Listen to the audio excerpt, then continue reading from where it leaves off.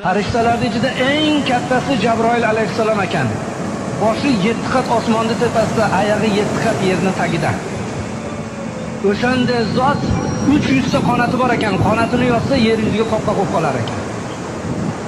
Qanoti bir-biriga o'xshamas ekan. Xudoga aytdi: "Ey Alloh, mendan ham chiroyli maxluq yaratganmisan?" dedi. "Yo'q, faqat seni yaratdim" dedi. O'sha Jabroil alayhissalom shuni shukronasiga 2 rakat namoz o'qidi. Birinchi rakatida o'ng oyog'ini qo'yib, chap oyog'ini ko'tarib 20 ming yil turdi deydi. Ikkinchi rakatida chap oyog'ini qo'yib 20 ming yil, 40 ming yilda bitta oyog'ida 2 rakat namoz o'qidi. 40 ming yil ketdi. Boshini sajdaga qo'yib: "Ey Alloh, ojizlikman qilgan ibodatimni qabul qil" dedi. Xudo aytdi: "Ey Jabroil, rost ibodat qilding, seni ibodatingni qabul qildim. Sendan keyin hech kim bunaqa ibodat qila olmaydi.